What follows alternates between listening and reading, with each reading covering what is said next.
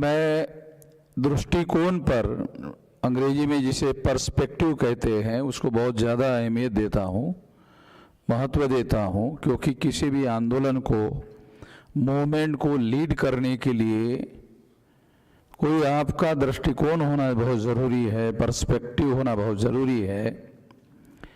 Perspective से हम अपनी विचारधारा को कंसोलिडेट कर सकते हैं, केंद्रित कर सकते हैं, कंसंट्रेट कर सकते हैं और चीज़ों को समझने के लिए आसानी से उपयोग कर सकते हैं। जैसे हम कहते हैं कि हम 6000 जाति के टुकड़ों में बटे हुए हैं, तो हम लोग बटे हुए नहीं हैं। दृष्टिकोण समझाने के लिए उदाहरण दे रहा हूँ। हम बटे हुए लोग नहीं हैं, तो हम बांटे हुए लोग हैं, बांटे गए लोग हैं। बटे हुए होना एक दृष्टिकोण है, बांटे हुए उन्हीं लोगों को बांटे हुए कहना एक दृष्टिकोण है। दृष्टिकोण से बातों को समझना आसान हो जाता है।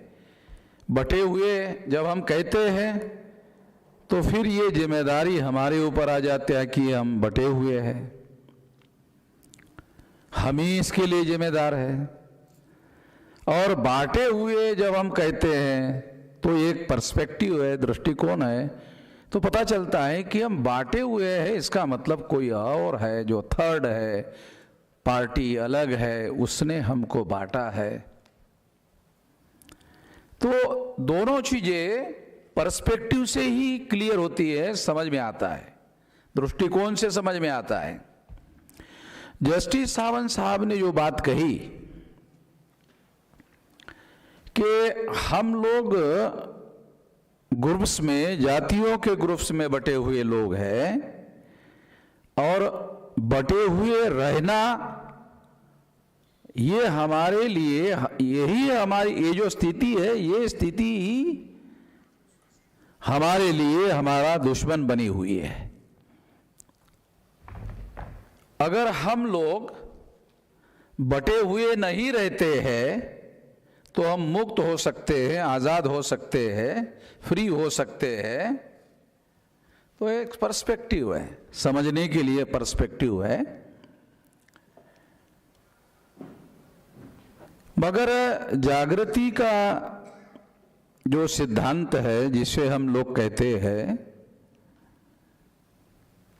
उसको समझाने के लिए हम लोग कहते रहते हैं कि ब्राह्मणों ने हम लोगों को बांटा, तो हम ब्राह्मणों के प्रति सतर्क हो जाते हैं, जागृत हो जाते हैं, विजिलेंट हो जाते हैं और उनके किसी भी बात के बारे में हम लोग सोचना, विचार करना शुरू करते हैं कि जो चिकनी चुपड़ी बातें हैं, जो मीठी बातें हैं, कहीं उसके पीछे कोई साजिश तो नहीं है।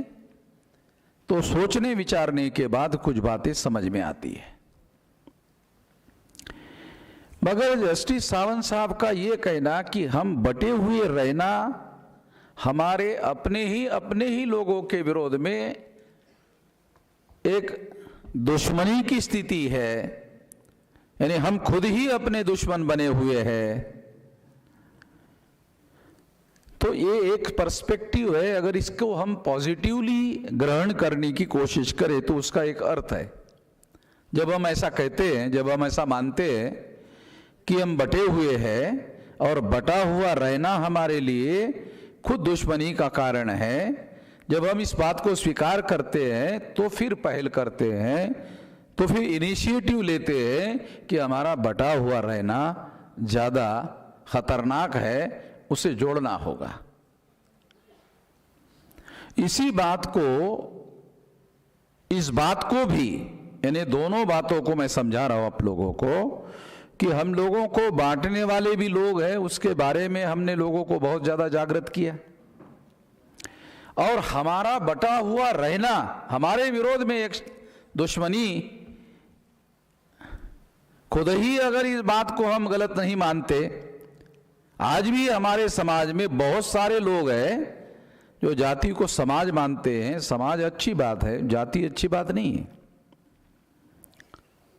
जब कोई आदमी जाति को समाज मानना शुरू करता है तो समाज मानने का मतलब है कि आप जाति को अच्छा मान रहे हो। अगर आपने जाति को अच्छा माना तो आप उसको खत्म करने के लिए आप कोशिश कब करेंगे? एक तो आप कोशिश नहीं कर सकते, दूसरी बात उसको टुकड़ों में बांटने वाला जो दुश्मन है उसको आप दुश्मन नहीं मान सकते, क्योंकि आपने उसको जाति को समाज मान लिया। और तीसरी बहुत भयंकर बात यह है कि जब आप उसको समाज मान लेते हैं तो उसको बनाए और बचाए रखने की कोशिश करते रहते हैं, और उसके लिए ऊर्जा हमारी, खर्चा हमारे लोग करते रहते हैं।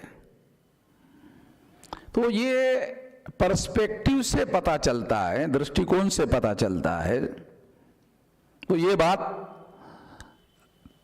समझने के लिए मैं ये दोनों बातें